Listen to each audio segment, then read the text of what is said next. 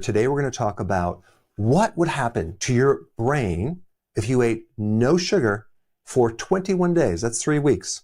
And I've done a lot of videos on how sugar impacts the whole body. Today we're just going to focus in on this brain. It's fascinating. And this video, it was inspired by a research paper out of the Journal of Clinical Endocrinology and Metabolism. And this study revolved around doing the ketogenic diet for 3 weeks and what it does to the brain just in 3 weeks. It's mind-blowing. It can increase the blood flow to your brain by 22%. Now, you might at first say, well, 22% doesn't seem like a lot, but let's say you're an Olympic athlete and you're running around the track and someone just turned up the oxygen by 22%. Just think of the advantage of what 22% more oxygen could do in a race. We're talking about a significant boost in oxygen and nutrients to your brain. Even if you think when you exercise, if you were to restrict your oxygen by 22%, you would feel it. I mean, just think about if you go to sleep at night and someone turns down the blood flow and turns down the oxygen by 22%. Well, they actually call that sleep apnea. You're not going to sleep that great. You're going to wake up feeling tired. Well, just by going on low carb, you can increase your blood flow significantly. And there's something else that's really cool. Your BDNF increases by 47%. What is BDNF? Brain-derived neurotrophic factor. This is a protein that tells your brain to grow, repair, and rewire itself, making more connections, growing new brain cells. They also consider it an antidepressive molecule because it helps prevent depression and it helps boost your IQ. 3 weeks, no sugar, almost 50% more brain-derived neurotrophic factor. This is like incredible. What would happen in a month or 2 months or 3 months or a year of doing low sugar? At the end, I'll cover what would happen specifically at week 1, 2, and 3. And then I'm going to give you some real simple tips of how to do it. In order to talk about the benefits of coming off sugar, I first need to talk about what happens when you eat sugar, specifically to your brain. And I think most people might know this right here, but I'll tell you one thing, many people do not know this. In fact, I haven't even talked about all of this in any of my videos. So this is interesting because it's kind of general knowledge that people know that when you eat sugar, you're going to create a blood sugar swing, right? And you're going to increase insulin. I think also people know when the blood sugar goes down, you're going to feel irritable because you're starving your brain of fuel. You're going to have brain fog. When I was living on sugar long ago, I was in a permanent brain fog. I didn't even know what it was like to actually think clearly and not be in the fog. And I was also highly irritable as well. And also your sleep is messed up. This is why when you wake up in the morning, you're not really awake. It takes you a long time to wake up. Anxiety, your attention will be low. You'll have less focus. Your memory is not going to be as great. I already mentioned the mood swings. Usually you're going to be hungry an hour and a half after you ate. How can you actually be hungry? You just ate an hour and a half ago. It's illogical. It's not real hunger. It's the blood sugar crashing, which is not a lack of fuel. The problem is at the cellular level, because when the brain becomes dependent on sugar, it starts to create a resistance to sugar. That's called insulin resistance. And so the more sugar you eat, and the longer you do that, the less of that sugar will get into the cells. This is the brain or body trying to protect itself against this toxic sugar. When you take a diabetic, for example, they're not getting a lot of sugar into the brain. And this is why they have a higher risk of dementia, memory problems. So a lot of these symptoms are merely the fuel not able to get into the cells. So literally the cells are starving for fuel. Despite all this food coming in, you have all this fuel available, but it's not actually being delivered inside the cell. So in other words, eating in sugar makes you hungry. It makes you crave sweets. I was so addicted to sugar, I had to have it every single night, a pint of Ben & Jerry's every single night. I wouldn't even think twice. And also right when you eat sugar, right after that, your vision is kind of blurry. It's kind of wild. Now, if you've never heard of the data that a B1 deficiency can be created by consuming too many carbs, you're going to want to stick around and really listen to what I'm going to talk about, because this is super fascinating and it could explain a lot of your symptoms that you're having right now that you're not connecting the dots, because a lot of these symptoms that I'm going to talk about are like all over the place. They don't sound like they're connected, but they are connected to a B1 deficiency. What is B1? B1 is thiamine. It's one of the B vitamins in a whole complex of B vitamins. When you actually consume too many carbs, the demand for B1 goes straight up and vertical. You need a lot of B1 to be able to deal with all that carbohydrate. Let's say, for example, with a car, you put a lot of gasoline in there, right? You have the perfect ratio of gasoline to air, but the spark plug doesn't work, right? B1 is the spark plug.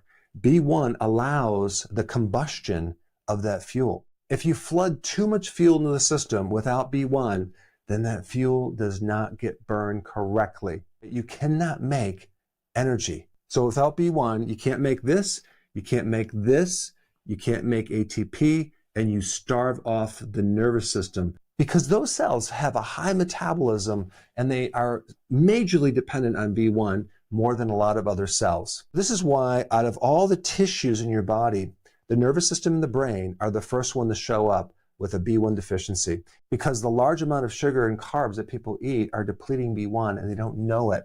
So I'm going to talk about all the bad effects that happen from this, so then we can talk about all the good things that will happen if you don't consume sugar. One of the biggest things that suffers with the B1 deficiency is the autonomic nervous system, composed of the sympathetic and the parasympathetic nervous system. And that's like rest and digest. And this originates in the brainstem in the hypothalamus. That's where it's located. And without B1, these things are not going to work that well. So then what's going to happen to the rest of the body, because we're getting a problem in the brain, which is the origin of where this starts? Well, you're going to get dry eyes. Why? Because the tear ducts don't release tears anymore. So you might have dry eyes and think it's maybe a vitamin A deficiency, or you need to put something in your eyes. No, it's a B1 deficiency. Air hunger. I used to have this. I didn't know what it was, especially when I would go to sleep at night. I couldn't get enough air. It wasn't satisfying me. That relates to a B1 deficiency because I was eating too much sugar. Bladder problems. You're urinating, but you can't get all the urine out. A lot of times men will think that's their prostate, when in fact, it's simply the autonomic nervous system problem occurring because of the B1. Same thing with women that have bladder problems. They have retention of urine, and they think it's maybe structural from the uterus or this or that. No, it's coming from this right here and this right here. So that can also lead to urinary tract infections and just a bladder that cannot contract as well as it should. Heartbeat issues. Now, this could start from a palpitation to a skip beat to an actual arrhythmia problem. It can come from a B1, because B1 is all about the nervous system and the connection to different parts of the body, and we call those nerves the pacemakers of the body. Dizziness. Why? Because the autonomic nervous system controls the adaptation to stress. So when you stand up, the blood should be contracted and go up to your brain. If it doesn't, you're going to feel lightheaded, dizzy, and you can actually collapse. That condition, if it's severe enough, is called POTS. And that is a severe B1 deficiency because the autonomic nervous system is not working. Now, a lot of people have a mild problem of this. They don't realize it. They kind of get up and they have to kind of stabilize themselves because they're getting dizzy. I used to have that. I didn't know what that was. That's not normal. That's a problem with this right here. All right, next one is low tolerance to stress. How many people do you know that have a very short fuse? You just say one little thing and it triggers them and then they blow up. They have no patience. If they're driving behind a slow driver, oh my gosh, that's crazy. If they ever get a situation where they're in a daycare center and they have to babysit like 23 kids that all have blood sugar problems, they can't tolerate that. In fact, I don't think anyone can tolerate that. But your tolerance for stress is dependent on the autonomic nervous system, which is dependent on this right here. Next one is anxiety. What is anxiety? Anxiety is kind of where you're stuck in this worry. You're constantly thinking about problems more than you should. If someone that you know has a low tolerance to stress or has anxiety or nervous tension, and you just gave them a little bit of B vitamin or maybe nutritional yeast that's loaded with B1, you would find within 3 to 4 minutes, there's just this overall calming effect. They're just going to be chilled out. They're going to feel so much better. I used to do that in practice all the time, and people would be blown away. They didn't realize that was a vitamin deficiency. They thought that was part of their personality. It wasn't. Okay, next one is insufficient REM sleep. REM stands for rapid eye movement, and that usually happens at the second half of your sleep cycles. And so without this, you're not going to have enough of this. So you might have early morning insomnia where you just can't get that full 7 or 8 hours for some reason. Your voice is weaker, especially if you're like a singer or you use your voice in broadcasting and it's weaker. It could be part of the autonomic nervous system. Dry skin, because the oil glands, sebaceous glands, are controlled by the autonomic nervous system. So that's another one. Also, the digestive system, constipation, bloating. Your pancreas cannot release the enzymes, so then you get more bloating, constipation. We get this incomplete digestion. Also, we have poor bile output, so you can't digest all the fats because all the valves and the smooth muscle of the digestive system is controlled by the nerves. And so if you don't have enough of that nerve control, everything kind of becomes weak and flaccid and it doesn't work. And then we have blurred vision, which a lot of times people think, oh, my eyes are just getting bad because I'm getting older. It could be B1. And then also restless legs syndrome.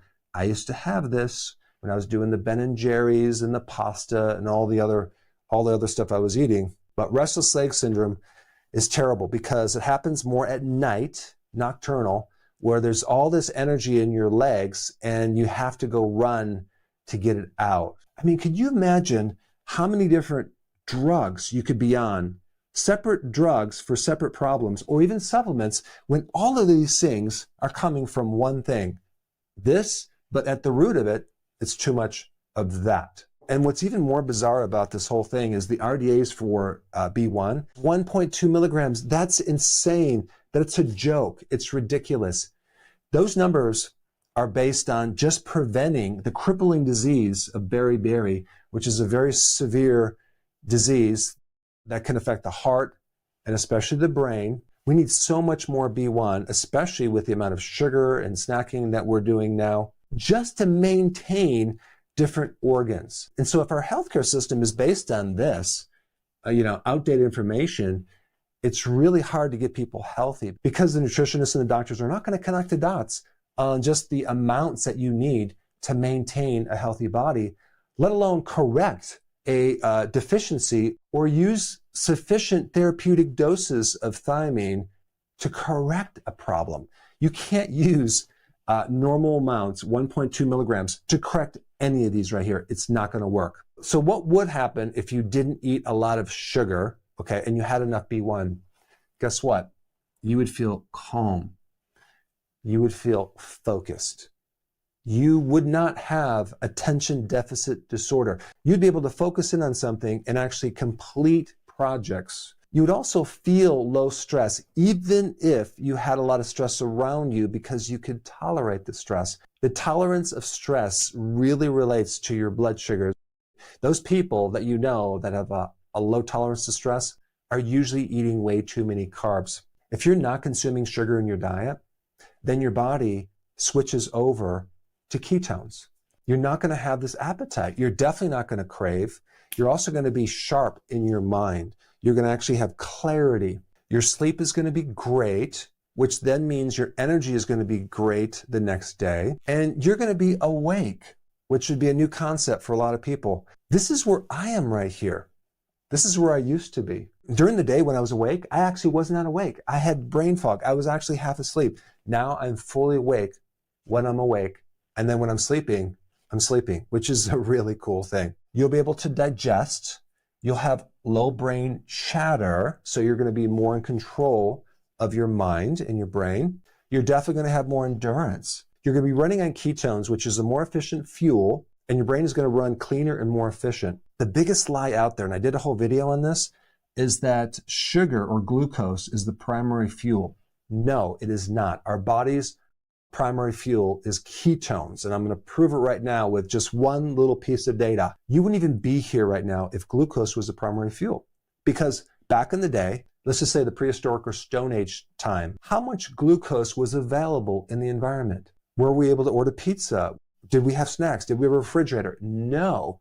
We were lucky if we ate once a day. In order for our brains to survive, we had to have some other fuel, and that was ketones. Ketones come from fat, and this is also why we store fat, so we can actually run on ketones between meals. It's a survival mechanism. Sugar or glucose was never the primary fuel because it wasn't available, okay?